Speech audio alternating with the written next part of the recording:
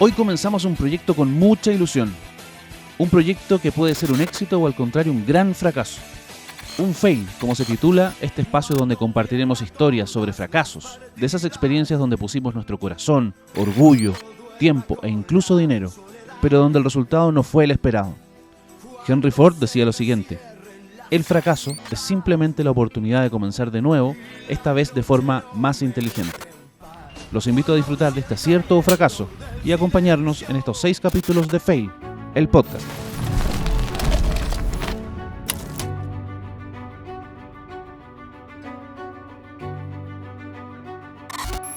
Al fin llegó el día, estamos en el primer capítulo de nuestro podcast Fail, historias de fracasos, aprendizajes, innovación y liderazgo. Mi nombre es Carlos Kutcher, soy subgerente de estrategia y asuntos corporativos de Isavías en Chile y hoy vamos a hablar de una historia muy particular, como una mala decisión, el tomar una responsabilidad para la que probablemente no estábamos preparados, se puede transformar en un gran fracaso y terminando a los pocos meses con un doloroso despido. Vamos a darle la bienvenida a nuestro gerente general, Andrés Contreras Herreras, nuestro primer invitado al podcast Fail. Andrés, bienvenido. Muchas gracias, Carlos. Muy contento de poder estar aquí, tener esta oportunidad, sinceramente con un poquito de nerviosismo, sobre todo por el tema, pero muy contento de que esto pueda servir a todos y todas. Muchas gracias a ti por la apertura. Cuando tuvimos las primeras conversaciones previas a la configuración de este podcast, todos quedamos gratamente sorprendidos por la generosidad en contar una historia muy personal que ocurrió a fines de la década de los 90, en un trabajo previo al que hoy día tienes en Isavías, y que tiene que ver, cuéntanos tú, con cómo en una etapa de crecimiento profesional, aceptar una oferta de trabajo para la que tú nos contabas que no estabas preparado, termina siendo un gran fracaso. Cuéntanos un poco del contexto, cómo estabas, dónde estabas trabajando, cómo estábamos ubicados para hacer esa conciencia del tiempo y poder contar después la historia a todos los que nos están viendo. Sí, perfecto. Bueno, solo una muy breve introducción en primer lugar. La historia en sí, creo que muchas personas la han vivido. No es algo recomendado, pero sí, cuando te sucede, eh, es un momento en donde de mucha reflexión y aprendizaje, que sí, quería partir con ese primer mensaje de empatizar con aquellos que probablemente quizás han tenido esta mala experiencia, pero también yo creo que la clave está en cómo recuperarse de aquello. Entonces, habiendo dicho eso, ¿en qué momento? Estamos ya a finales de los 90, comienzo del año 2000. Yo tenía pocos años de experiencia, yo salí de la universidad el año 96, el 97 que estaba titulado y comencé a buscar trabajo. Y mi primer trabajo fue de analista financiero en Sokimich, SQM. Y particularmente no era cualquier analista, sino que era en el ámbito de lo que hoy se llamaría tecnología, en ese entonces informática o computación. ¿Y por qué allí? Porque estaba el gran desafío en ese entonces de que se venía este año 2000 y que todo iba a fallar, todo se venía casi el fin del mundo, había una catarsis al respecto, un miedo, y todas las compañías se tenían que preparar. Entonces, como yo venía saliendo de estudiar ingeniería civil industrial con mención en computación, les vino bien esta como combinación, sumado a que yo desde chiquitito siempre he tenido una atracción por todo el área, digamos, de programación, de tecnología, que para mí siempre fue como un hobby, pero, pero que siempre me entretuvo o lo fui aprendiendo desde muy pequeño. Entonces, combinando todo eso, me pusieron el desafío desde la perspectiva financiera, analizar cómo cambiar los sistemas y preparar la compañía para el año 2000 dentro de un grupo de trabajo. Y estaba en eso, me tocó eh, desarrollar el proyecto no solo para Chile, sino que para Estados Unidos y Brasil, con lo cual me tuve que trasladar con mi señora en ese entonces y después con mi primer hijo. Y estuve en eso casi 4 años y de pronto me aparece una oportunidad. ¿Cómo, antes de entrar en el detalle de la oportunidad, me gustaría, siguiendo el contexto de la época, es una empresa grande como SQM, ¿cómo ves ahora en tu rol de gerente general de Isavías, pero en el pasado? em, Entendemos que los fracasos también son compartidos, tiene que ver con un ofrecimiento que a ti te hacen. El contexto organizacional, porque tú hablabas de que esto era un hobby para ti, era algo que te gustaba mucho, tenías la mención en informática de tus estudios de pregrado, pero ¿cómo ves esa toma de riesgo de las empresas? Eh, no vamos a castigar aquello. Bienvenida a las empresas que te permiten hacer cosas que te gustan hacer, más allá de lo que uno estudió. Es una buena, es un buen camino. Pero ¿cómo lo ves? ¿Se tomaban más riesgos en esa época? Porque te habías titulado hace poco, no tenías una carrera de pregrado directa respecto de tecnología, y se te dio una súper oportunidad. ¿Cómo lo ves hoy día mirándolo en perspectiva desde el punto de vista de la empresa? Porque ellos también tomaron una decisión de ver a partir de tus talentos, asignarte una responsabilidad grande fuera de Chile.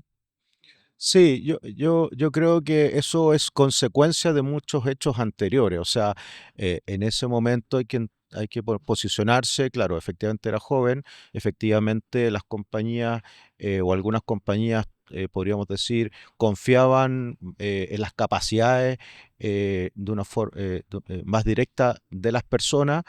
Y eso también sucedió en el siguiente paso. O sea, por un lado, yo traía una trayectoria siempre de éxito, por llamarlo así, desde pequeño hasta en todo mi desarrollo educacional y formación, y después de la universidad siempre me fue bien. Entonces, uno viene con ese impulso, además saliendo de una universidad que también era muy bien reconocida.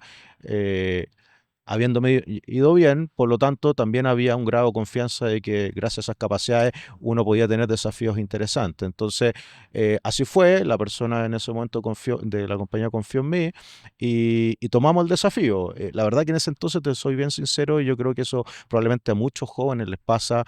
Uno no lo piensa Ujú. tanto, uno ve la oportunidad y dice, vamos por ella. O sea, ¿cómo no voy a poder hacerlo? Y eso también funcionó bien.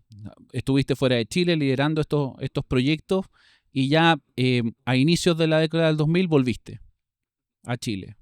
Cuéntanos un poco cómo fue ese regreso y cómo siguió. Tú hablabas en el teaser que hicimos de este capítulo de que el concepto de la ambición también formó parte de la ecuación. ¿Cómo fue ese proceso ya de vuelta y cómo te llevó esa ambición a buscar Mm. otros horizontes? Sí, efectivamente, yo diría que por un lado estaba eh, explorando eh, un mundo laboral que no conocía, estaba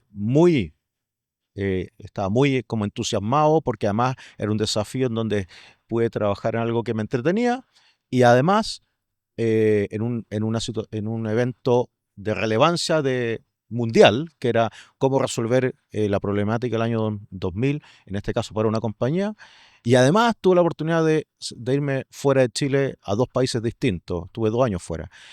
La verdad que todo súper bien. Y la verdad que en esa época, hoy en día, se ve más fácil irse fuera de Chile, pero no era tan evidente o tan fácil. Entonces se me había dado todo bien. Sin embargo, algo había que no estaba, no era lo suficiente. Y uno puede decir, oye, bueno, pero si con todo eso y en esa época hay que posicionarse en ese año, estamos hablando del año 2000, ¿qué más? Y además tan joven. Y la verdad que no me sentía 100% cómodo porque me empecé a dar cuenta que dos cosas. Uno, eh, volví y me pusieron el cargo de jefe de sistemas de SQM. Eh, y ahí me di cuenta que había quedado de alguna manera ya, estaba tomando un camino, Ujú. y yo siempre estos temas, si bien me fascinaba, me entretenía, siempre lo vi como algo complementario, casi como un hobby. Y me empecé a dar cuenta que, uff, me voy a ir por este camino y la verdad parece que no es lo que quiero. Eso Es primero. distinto cuando el hobby se empieza a comillas, formalizar. Claro, exacto. Entonces y me di cuenta que no era el camino. Y lo otro, también me di cuenta que probablemente en esa compañía era difícil poder seguir creciendo en lo que yo pensaba que podía aportar, y justo se me dio una oportunidad. Cuéntanos sobre eso. Bueno, yo diría que aquí comienza el fracaso, porque todo lo anterior es simplemente levantar y posicionarme en una situación que era de satisfacción, de éxito, y lo mismo me confió. Dije, bueno, si confiaron en mí y tuve estos grandes desafíos, incluso fuera del país, de pronto me viene una oportunidad de una empresa pequeña, de otra industria totalmente distinta. Yo no sabía nada y me dicen, oye, ¿sabes que necesitamos un gerente de operaciones? Yo ni siquiera alcancé a escuchar la palabra operaciones, era gerente. Dije, wow, gerente. Yo hasta ese momento era jefe proyecto, jefe sistema, o sea, lo más lejos era jefe.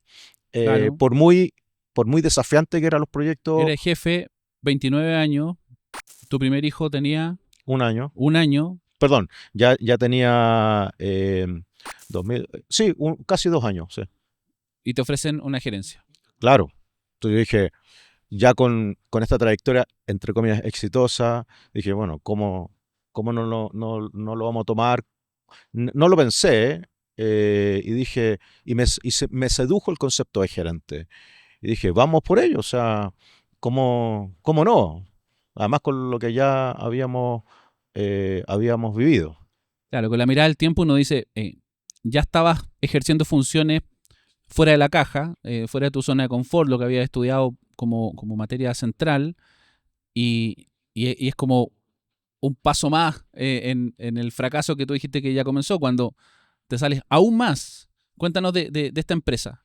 Sí, entonces eh, yo lo vi como una solución a algo que yo no estaba 100% satisfecho. Y me sedujo, como decía, lo de gerente. Entonces acepté la oferta, era gerente de operaciones de una empresa de estudio de mercado, particularmente muy conocida en ese entonces porque era la compañía que hacía el People Meter. Entonces era muy reconocida por eso, pero yo no entré a esa parte, yo entré a la parte del mundo de estudios de mercado donde se hacen las encuestas de todo tipo, para las compañías y para otras instituciones. Y particularmente como era gerente de operaciones, tenía que hacerme cargo de que todo lo que los clientes contrataban había que ejecutar. Y la verdad que cuando llegué, era una empresa que había tenido menos de 40 personas versus venir de una compañía que tenía miles de personas, una empresa que no tenía proceso, de venir de una compañía que toda era con proceso, una compañía que vivía el día a día de Ujú. la liquidez, de depender mucho de la caja, entonces había muchos problemas para poder operativizar lo que se le vendía a los clientes, había que operativizarlo y no había recursos, de venir de una compañía que lo que más tenía era recursos, Claro. de trabajar con gente no calificada porque había que estar contratando eh, to- constantemente cientos de personas para hacer las encuestas, versus trabajar en un ambiente de todos profesionales. Entonces era todo distinto y además un rubro que no conocía. Y la repercusión, Andrés, porque, claro, tú decías, en los equipos que hacían las encuestas, era una labor casi, digamos, artesanal. La digitalización no era lo que hoy día podríamos pensar, Mm. pero los resultados de esas evaluaciones eran usados estratégicamente en industrias poderosas. Por ejemplo, lo que tú decías de las mediciones del rating, que en esa época, a inicios del 2000, muy incipiente, empezando el rating online, estaban digitalizando, era una industria que crecía muy rápido, y esa brecha entre cómo se operatizaba tu rol y la importancia que tenía el resultado era un desafío aún mayor.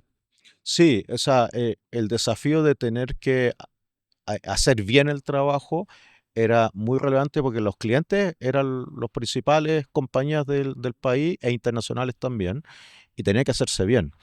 Y la verdad que de alguna manera empecé a dar cuenta que me había equivocado, porque que no sabía de la industria, no la entendía, no sabía operaciones, no sabía gestionar ese tipo de procesos, ni estrechez de liquidez, ni tampoco personas con esa calificación. Y yo mismo ya me empecé a dar cuenta que algo no andaba bien por segunda vez. Cuéntanos porque, bueno, nos están viendo y escuchando, esperamos, muchas personas en Isaías, no solamente en Chile, también en Colombia y en Panamá. es distinto cuando uno entra a la empresa en la que estamos nosotros hoy día y se da cuenta de todo lo que hay detrás en la operación de las carreteras con las que conectamos a millones de personas.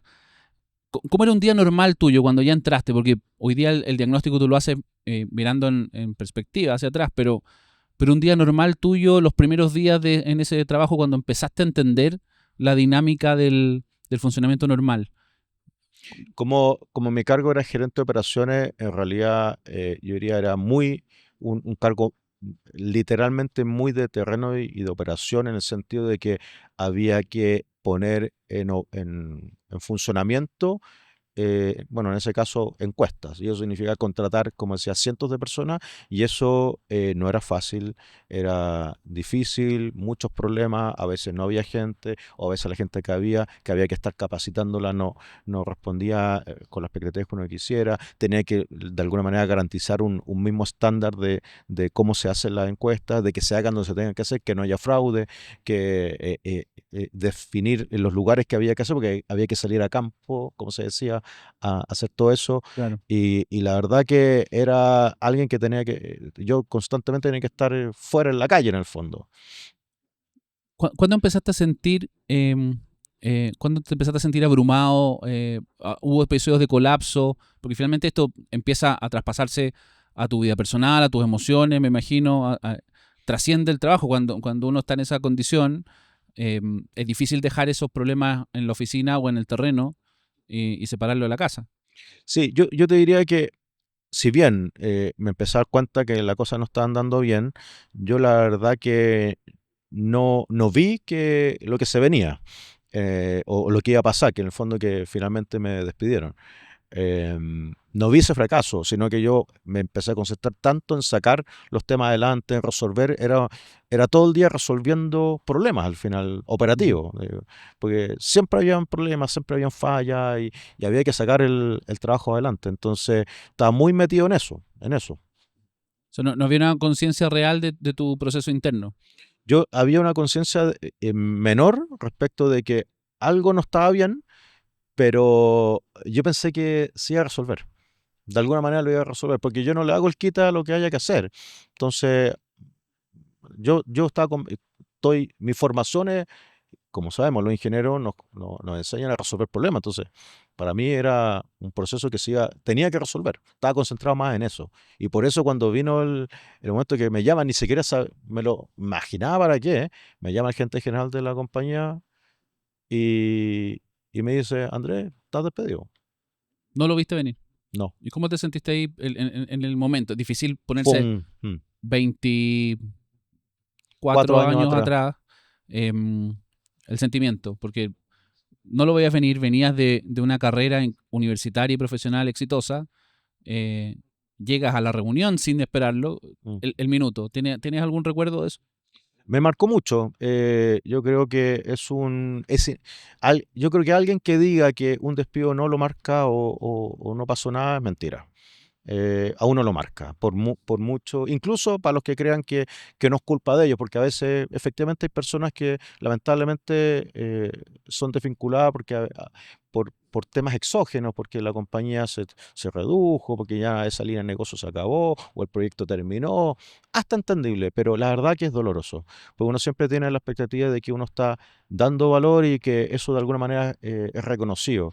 Y yo no me lo esperaba, me golpeó fuerte, me marcó para muchas cosas, quizás como soy para el futuro, pero en el momento fue muy doloroso y lo inmediato fue, bueno, ¿qué hago ahora? ¿Cómo Claro. me recompongo? ¿Qué sigue? ¿Cómo lo hago?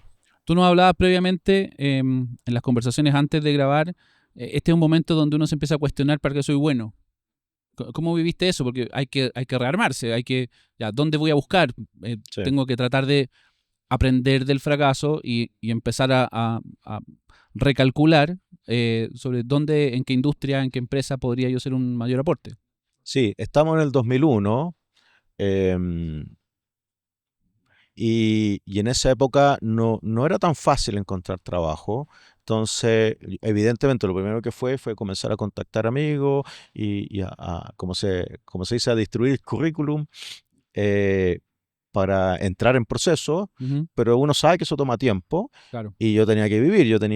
Estaba casado, tenía un hijo pequeño de ya hace los 2 años y tenemos que vivir.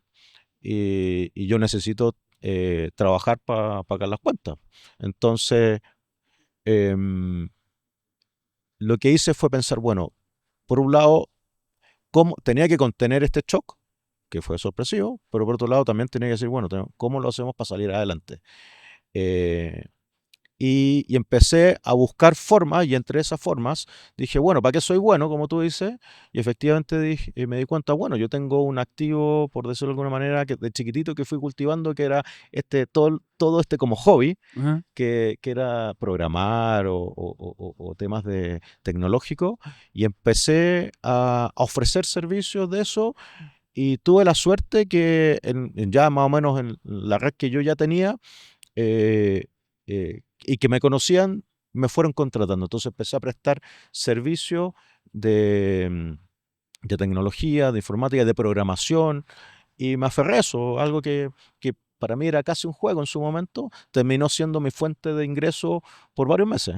Pero volviste a tu centro. Ahí hay un primer consejo probablemente importante para los que nos están viendo. Volver al centro de uno para poder relanzarse, de repente dar un paso atrás para poder tomar vuelo, de alguna manera, es un buen camino. Me gustaría que volviéramos a tu relación con el mundo de las operaciones, de esos aprendizajes, de ese choque de realidad al estar metido en un proceso operativo. ¿Cómo llevas hoy día esa experiencia a tu relación con la operación? Hoy día nosotros trabajamos en Isavías, tenemos una operación 24 horas al día, todos los días de la semana, todos los días del año. Eh, ¿Cómo es tu vinculación con la operación hoy día en Isavías, tomando en cuenta lo aprendido? Bueno, en primer lugar yo creo que em, es clave la planificación, em, la excelencia en hacer bien las cosas, el compromiso de las personas, em, en definir muy bien los roles y dónde está la frontera y qué hace qué cada persona, el trabajo en equipo. em, yo creo que todo eso son valores que tenemos, que cultivamos, que promovemos en nuestro negocio, en nuestras operaciones. Y yo invito a todos que no nos quedemos tranquilos, de que siempre estemos revisando, estemos cuestionando cómo hacemos las cosas desde una mirada integral y no desde el metro cuadrado cada uno. Yo diría que eso a mí me da más tranquilidad hoy en día, pero siempre tenemos que estar desafiándonos, no nos podemos quedar tranquilos. Muchas gracias, Andrés. Para ir cerrando, esta es una pregunta que le vamos a hacer a todos los invitados al podcast. ¿Harías algo distinto? Volviendo hace años, inicios del año de la década del 2000, ¿harías algo diferente? Mira, yo no puedo borrar lo que uno ya hizo, y me tengo que enorgullecer de todas mis decisiones y me hago cargo, y yo creo que gracias a eso hoy en día parte de lo que soy eh, tiene definitivamente un grado de influencia los eventos y los shocks y lo que sufrí, particularmente en cómo uno saca esa resiliencia de salir adelante y reconfigurarse. Finalmente tuve, como decía, unos meses sin trabajo, pero logré generar ingresos con lo que yo tenía, y después logré encontrar un trabajo y que me dio estabilidad para adelante. Pero definitivamente a uno lo marca, y uno valora el trabajo, uno valora hacer bien las cosas, uno valora también, uno va madurando. Yo sé que uno no puede limitar el ímpetu y el apetito, porque eso es bueno, hay que atreverse, uno no se puede quedar pasivo, pero también invito a ser más informado, a estudiar más, a prepararse, a que ese ánimo, esa energía, ese ímpetu sea informado, no sea sin pensarlo dos veces, eh, porque la invitación no es no serlo, la invitación no es no fracasar nunca. O sea, que la invitación es hacerlo, pero controlado. Y si fracasa, controladamente y aprender de eso y de ese aprendizaje eh, que, que puede ser duro, pero que uno sea consciente de revertirlo y usarlo a favor de uno. Y ese es el llamado y eso es lo que yo sentí. O sea, efectivamente a mí me dolió, pero hoy me enorgullezco de que sí lo pudimos resolver, lo pude resolver yo y mi familia y salimos adelante. Yo hoy lo cuento, claro, me da cierto dolor, pero a la vez orgullo de haber salido adelante. Muchas gracias, Andrés. Un claro ejemplo de liderazgo desde el ser, desde el centro de las personas. Te agradecemos haber estado con nosotros hoy día. Una gran experiencia.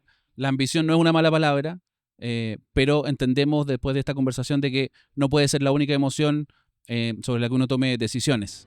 Les damos las gracias, además de Andrés, a todos los que nos vieron en este primer capítulo del podcast Fail, historias de fracasos, aprendizaje, innovación y liderazgo. Los esperamos en los próximos capítulos. Revísenlos en todas las plataformas de ISA Vías en Chile. Muchas gracias.